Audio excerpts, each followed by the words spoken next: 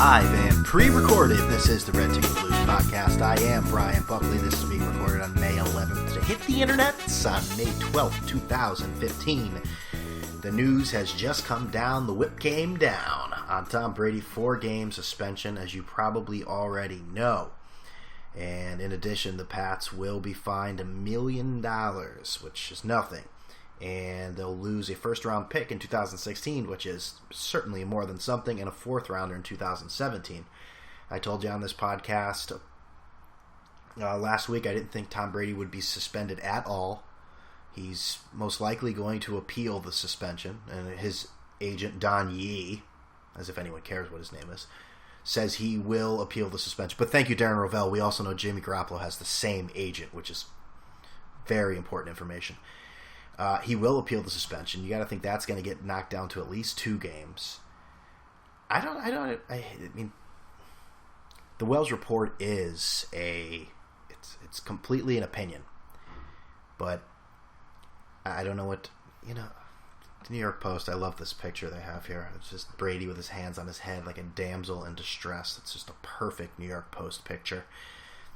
Because it's the Post, and they're going to have great innuendos, as they have had the last week or so in regards to Tom Brady and balls.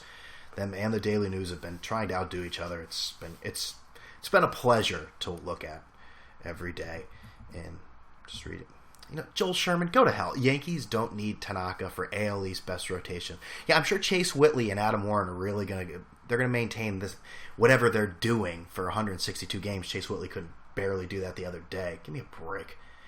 What was I talking about? By the way, welcome to the show. Again, the big news: Tom Brady's 4-game suspension. We'll get into the NBA playoffs. We'll talk about Bill Simmons leaving. Not leaving. Well, yeah, leaving. There will be no contract extension with ESPN, as he will be a free agent, so to speak, in September, leaving the certainty of Grantland 30 for 30 in doubt, as he is the editor-in-chief or director, whatever, not the director, but he oversees all of that. So that's interesting to see. I have made overtures to him via Twitter if he'd like to join the Red Ticket Blues team. Have not heard anything back. He's very busy, I understand that, but I look to be in negotiations with him very soon and add him to the podcast, so tell your friends. Stay tuned for updates at BrianBuck13, RedTicketBlues.com. So, we'll also get into the... I lost all my stuff here. What the hell's going on? What a production here. I'm sweating my ass off here. No air conditioner. I had an air conditioner last year, which I never fully cleaned. So we had an air conditioner that just pumped sort of cold air. I don't think that's correct terminology. Lukewarm air, so that's what I do. And by the way, this is an ongoing joke with my friends and I and my family since 2005. That is the year of my car. Yes, I'm not a rich man. That I have no air conditioning in my car. Yes, no air conditioning in my car. And you're probably thinking, are you some sort of psychopath or some sort of masochist? You enjoy inflicting pain upon yourself. You know what? And I'll be completely honest. I did it out of spite. I bought the car brand new, and I was ready to sign, and I see extra $2,000. If I've told this story on the podcast, I apologize, but it's relevant now. There's an extra $2,000, and I say to the guy, what the hell is this? What is this $2,000? And he says, oh, that's for the air conditioner. So if you just sign right there, and I was like, no, I don't want it.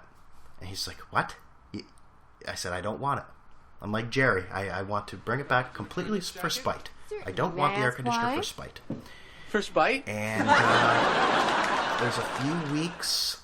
Well, definitely a few months, but there's a few weeks every year that I regret that decision. As wherever I drive, no matter what I wear, I arrive at that location with a sweaty back. And anyone who rides in there has to make a comment, obviously. And I'm totally going away from the big story, Tom Brady, the golden boy. But I think the sweat has gotten to me. So that is my story of air conditioning. So there you go. Take that for... take it for what it's worth, but that's my air conditioning story. There's nothing else to say. Am I cheap? I could get it done. I could get it installed. It's a 2005, though. At this point, I think that ship has sailed. Tom Brady was suspended for the first 4 games this year without pay for conduct detrimental to the integrity of the NFL, which is pretty ridiculous. You see all the people that are involved with the NFL and the crimes they commit. This guy told people to let air out of a football. But anyways, I'm no Tom Brady fan, but the Patriots will also lose the pick. Duff was assessed, according to the NFL, for the violation of the playing rules and the failure to cooperate in the subsequent investigation. I still have a hard time seeing how he's going to be suspended. Maybe I am definitely in the minority now. I think most people think it's going to get knocked down to 2 games. Now, you heard a myriad of different opinions. Oh, he's going to be banned forever, or everything's going to be proven to be false, and they'll lift him up on a litter as if he was Julio Caesar. I've been listening to Mike too much. Julius Caesar. It seems to be somewhere in the middle here. 4 games. The 5th game, ironically, if he would come back and lose the appeal, would be against the Indianapolis Colts. And that should be an interesting game because Mr. Belichick likes to run up the score, and I think he'll be running up the score. Well, they'll try to win the game, and if they're in any position where they have a large lead, it's going to be larger and larger and larger. And the gentleman involved, the locker room attendants, John Jastrzemski, not the WFAN guy, James McNally, were suspended definitely by the Patriots. Their behind-the-scenes roles. You'd think they'd be fired, but I think they know more information that they don't want out to the public, and I think they're controlling them. That's my opinion, at least. Brady's due to make $8 million this year. He would lose $2 million in wages. Jimmy Garoppolo would take over. Yeah, what can you say? He deserves it. I mean, he's not like his former teammate Aaron Hernandez, killing people, shooting people in the face. Dude, this guy, he was indicted today on not the murder he committed and has been found guilty for of Odin Lloyd, but the double murder he's been accused of in Boston. Well, he shot a guy in the face years before because he was talking about that. Man, he's a bad guy. Can't have people shooting people in the face. It's just too much. And they signed often trolled tight end Fred Davis. So why would I? I'm just looking at Aaron Hernandez here. People also search for Rob Gronkowski, Tim Tebow, Tom Brady, O.J. Simpson, Marco Rubio. Is he a football playing murderer? I'm not aware. Maybe the Hispanic name? I don't know. But Patriots are the Patriots. I'm interested to see what Tom will have to say. If he's going to go the Ryan Braun angle, has both vehemently denied any allegations and came out with not actually apologizing for anything, but saying mistakes were made. It's unfortunate. No one likes to go through this. Blah blah blah blah blah blah. And his old teammate Teddy Bruschi, who shouldn't even be on television because he's such a Patriot shill, it's pathetic that we have to listen to that shit every week from him. But he said, my friend, he was in an argument with Tom Brady. He was not in an argument with Tom Brady. He was in an argument with Damian Woody on ESPN earlier this week. I'm going to move the mic. There we go. Turn my mic on. Yeah, there you go. He was in an argument with Damian Woody, and he ended it with saying, my friend Tom Brady would never do that. My friend Tom Brady would not do that. And our old friend the Mad Dog, jumped in on that, and I'll play it, and you can hear a little bit of the Mad Dog going in on Teddy Bruschi. Oh, my God! My friend Tom Brady, go to hell! Will you please, my friend Tom Brady, stop? He's not supposed to be your friend, that's the point! Now, if I were Teddy Bruschi, I'd be calling Aaron Rodgers and finding out how he handled things afterwards and how he felt like a complete horse's ass after he vouched for a friend in Ryan Braun. You don't want to go out on a limb like that. You don't want to do it because you have nothing to gain from that. Especially, why don't you ask the guy straight up before you start saying those things? I don't know. That's another reason I don't like Aaron Rodgers, because of that whole incident. Is it stupid? Is it petty? Absolutely. But then he treated this was all about a fan who said that Ryan Braun was completely guilty. He still plays. He's just not the same Ryan Braun. Milwaukee Brewers outfielder Ryan Braun was alleged to have used steroids. Aaron Rodgers said, absolutely not. We're good friends. It would never happen. He said this to a fan on Twitter. And then I think he said he would put season tickets up on the line. I could be completely screwing this up. It was something about season tickets. He wouldn't admit he was wrong. Always left a bad taste in my mouth after that with Aaron Rodgers. It's something that has nothing to do with the football field, but it shows what kind of arrogant asshole you actually are, and I don't like him for that cause. For that reason. For that reason, and that reason alone. No, there's many other reasons, but who knows? The old Brian phrase, what are you going to do? What are you going to say? I don't know what to say. Who knows? But Tom Brady, it's kind of funny to see Mr. Smugmaster do that. He was at some, was it Salem College, doing some sort of impromptu where Jim Gray asks him softballs and he says funny things and everyone claps and everyone is at Shangri-La. And he gets back in his helicopter, flies away into the starry night. Vincent van Gogh couldn't have predicted it any more beautiful, and he's just full of shit. These guys, I don't know what it is. You can throw your A-Rods in there and your Barry Bonds, and they just, come on, man. When you're caught dead to rights, you think I think it's almost, is it Costanza-like? Where it's not a lie unless you believe it. Is that where we're at? These guys, they never learn. And let's be honest. What he did was incorrect. Do I find it that big of a deal? No. It's not as big as steroids. But the cover-up is always worse than the crime. You look like a bad person. It's a character flaw. That you think you're better than everyone. You're better than the game. It never ceases to amaze me how these guys continue to do this. But I will be interested to see the comments. The comments from Robert Kraft. If he'll be wearing Air Force Ones. Because that's always such a hoot. I always see the headlines. Where's Air Force? Yeah, he's 80 years old and he wears Air Force Ones. Who cares? They're sneakers. Who gives a shit? And he's always wearing them. Why is that a surprise? Whatever. I don't give a shit. What am I talking about? All right.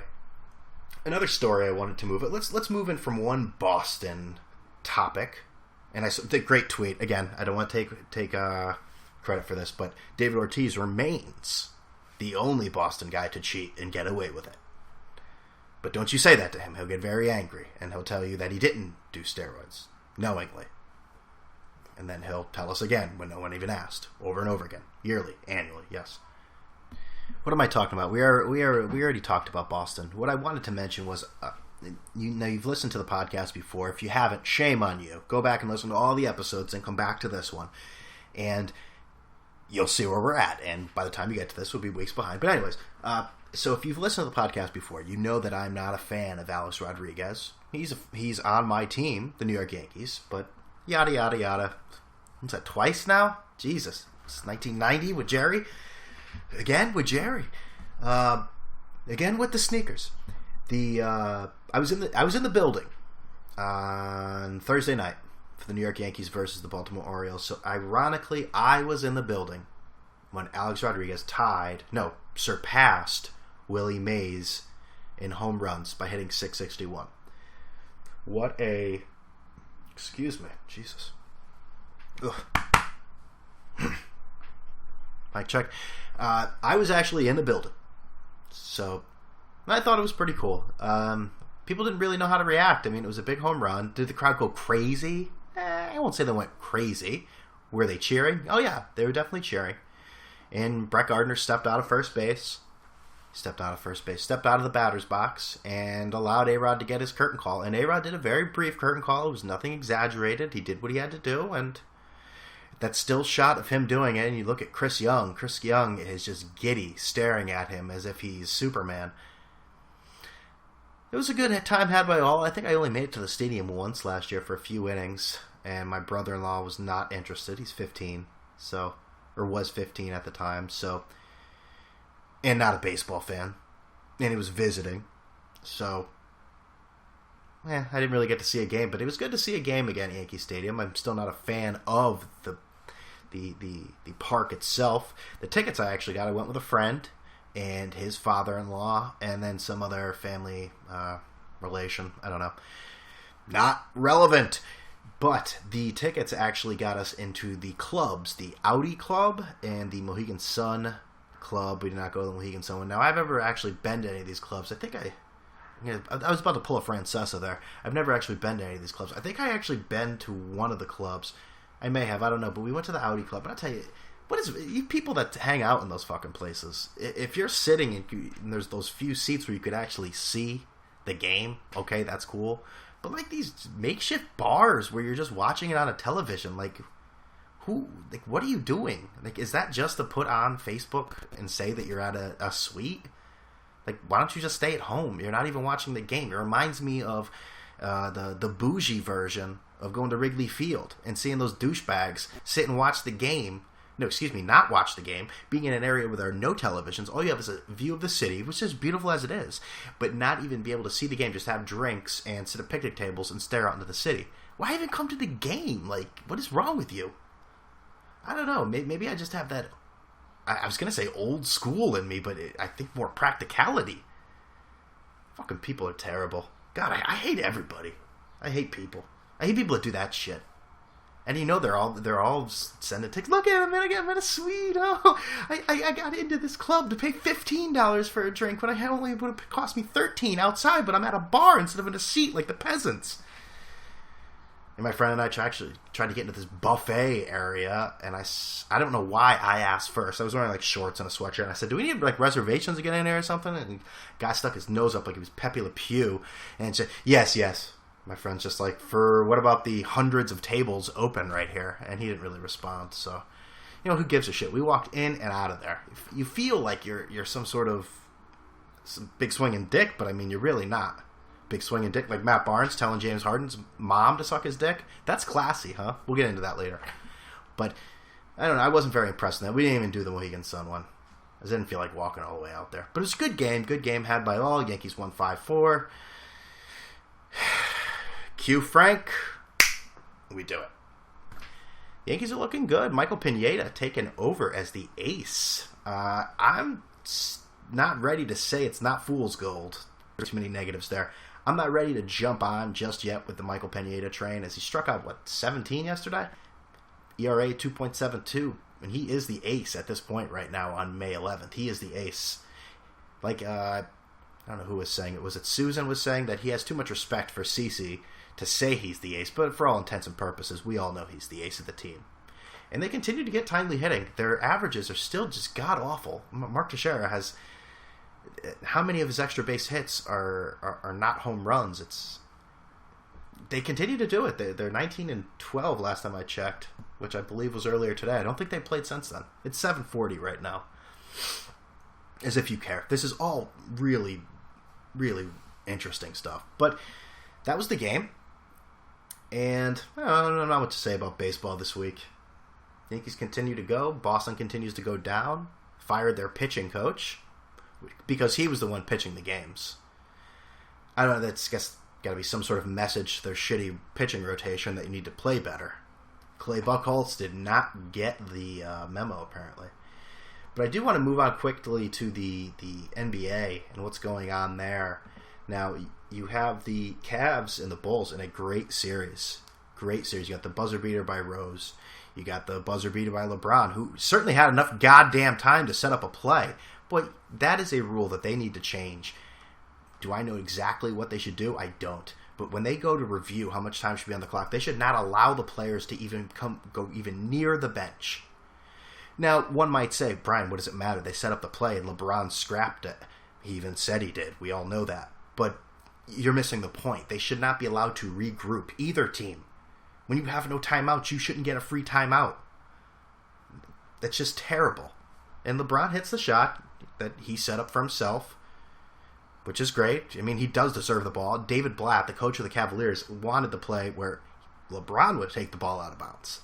Now, many times if you see like 5-6 seconds left, you'll see that where the ball go right back to him, but that little amount of time, it wasn't going to happen. It has to be a quick touch. It would just be too risky and stupid. And then you also saw David Blatt trying to call for a timeout like he was Chris Webber. Like, man, and you've heard rumors that LeBron is running that team. Basically, he calls the plays, relays them to Blatt, and then Blatt relays them to the team. Who knows? I think LeBron's had a little more success than David Blatt, although his time has been small in the league. Blah, blah, blah. we move on. I do love that Joakim Noah loves LeBron. I like Noah for the fact that he does not kiss the ass of the superstar in the NBA. They need more players like that. They need more.